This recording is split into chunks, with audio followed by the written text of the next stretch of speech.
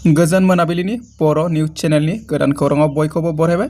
आसा खालामो नोंथांमोना भिडिअखौ जोबजासिम नायलांगोन आरो भिडिअखौ मोजां मोनदोंबा लाइक, कमेन्ट, शेयार आरो साबस्क्राइब बानायनानै होदो। दानिया फैदो दिनैनि गोदान खौराङाव। आइ रिभार फेस्टिवल जागायजेननाय समावनो जाब्रबथायजों सासे लाइमोननि जिउ खहा जादों। खौरां मोननाय बायदिब्ला आइ रिभार फेस्टिवलनि बेखेवजेननायखौ नायनो फैनाय सानै लाइमोना गारिजों सौग्रावना जायगायावनो सासे जिउ गोमादों आरो सासे गोब्राब जोखोम जादों।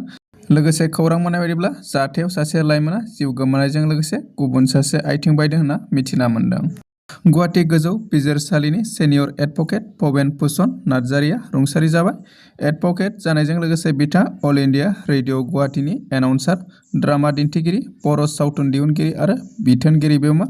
मिथिनो मोननाय बायदिब्ला दिसपुर क्लिनिकआव फाहामथाय लाबाय थानाय समावनो थांनाय हरनि 12:30 रिंगायाव भबेन भुषण नार्जारिया जोबथाहांबोयो।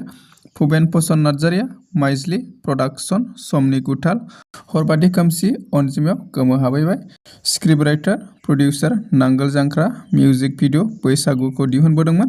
भबेन भुषण नार्जारि रुंसारि जानायाव बिसानि आफादगिरि फुंखा महिलारिया गोथौ दुखु मोननाय फोरमायदों। क'क्राझाराव मोब्लिब गोहोनि लाइफलाइनजों नांजाबनायाव माद' मोसौफोरा मोब्लिब गोहोजों जोखोम जादों। क'क्राझार जिल्लानि सिम्बरगाव थालिरबारियाव 11,000 भल्टनि गोथां मोब्लिबनि थारजों नांजाबनानै माद' मोसौफोरा मोब्लिबजों मोगा-मोगि जानांदों। खौरां मोननाय बायदिब्ला गामिनि गेजेरजों थांनाय हाइ भल्टेज लाइनआ बायफ्लेनानै खाथिनि माइ फोथाराव गोग्लैदोंमोन। मोसौफोरा गोरोन्थि गोथां थारजों नांजाबनायाव मोब्लिबजों जोखोम जायो होननानै खौरां मोननाय जादों। चिरां जिल्लानि गुरुबासायाव दुंहाव थासारि जादों। थांनाय हरनि समाव चिरां जिल्लानि गुरुबासा पुलिस आउटपस्टनि सिङाव थानाय नांदरबारि गामियाव साइमन किस्कुखौ गोबौ हाथियारजों सिनाय मोनै दुथांफोरा गाग्लोबनानै जोखोम खालामनायनि उनाव ओनसोलनि थागिबि रायजो-राजाफोरा थार बिजिरनाय मोननांगौनि दाबिजों गुरुबासा पुलिस आउटपस्टखौ बेखेवना गोख्रों खुद्रिसारनाय दिन्थिफुंदों।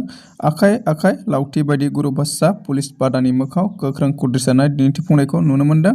लोगोसे बे जाथायखौनो अल बड' फरायसा आफाद एबसुनि आफादगिरि दिपेन बर' बिथाङा गोथौ दुखु मोननाय फोरमायदों आरो गोख्रों रावजों सोंखारिदों।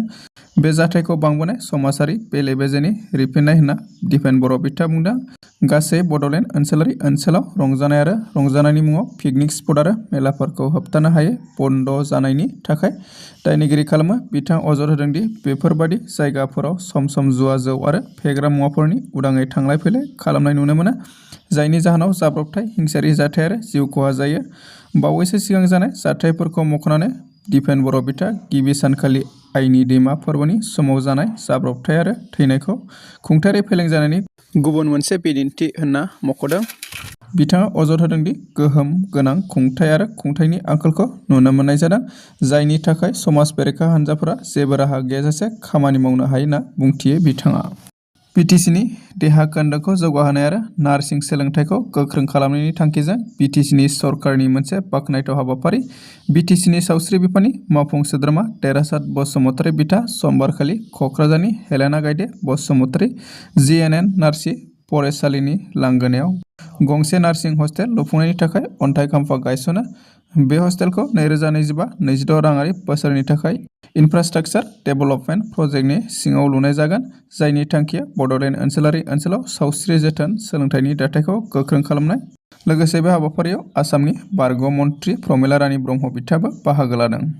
क'क्राझार सहरनि बड'फा नोगोराव थानाय बड'लेण्ड टाइकुन्ड' जिमनासियाम मावखुलियाव बड'लेण्ड टाइकुन्ड' एस'सिएशननि बानजायनायाव आरो क'क्राझार जिल्ला टाइकुन्ड' एस'सिएशननि हेफाजाब होनायजों सानथामनि हाबाफारिजों 27, 28 आरो 29 अक्ट' खुंगा 31थि क्वेरगि आरो 12थि पुसमे टाइकुन्ड' चेम्पियनशिप बादायलायनाय खुंदों।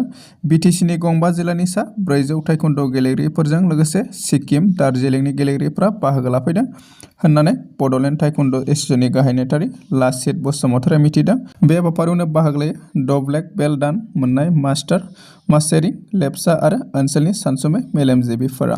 दासिमनि खौराङा एसेनोसै। अन्नानै खौरांखौ मोजां मोनदोंबा लाइक, कमेन्ट, शेयार आरो साबस्क्राइब बानायदो।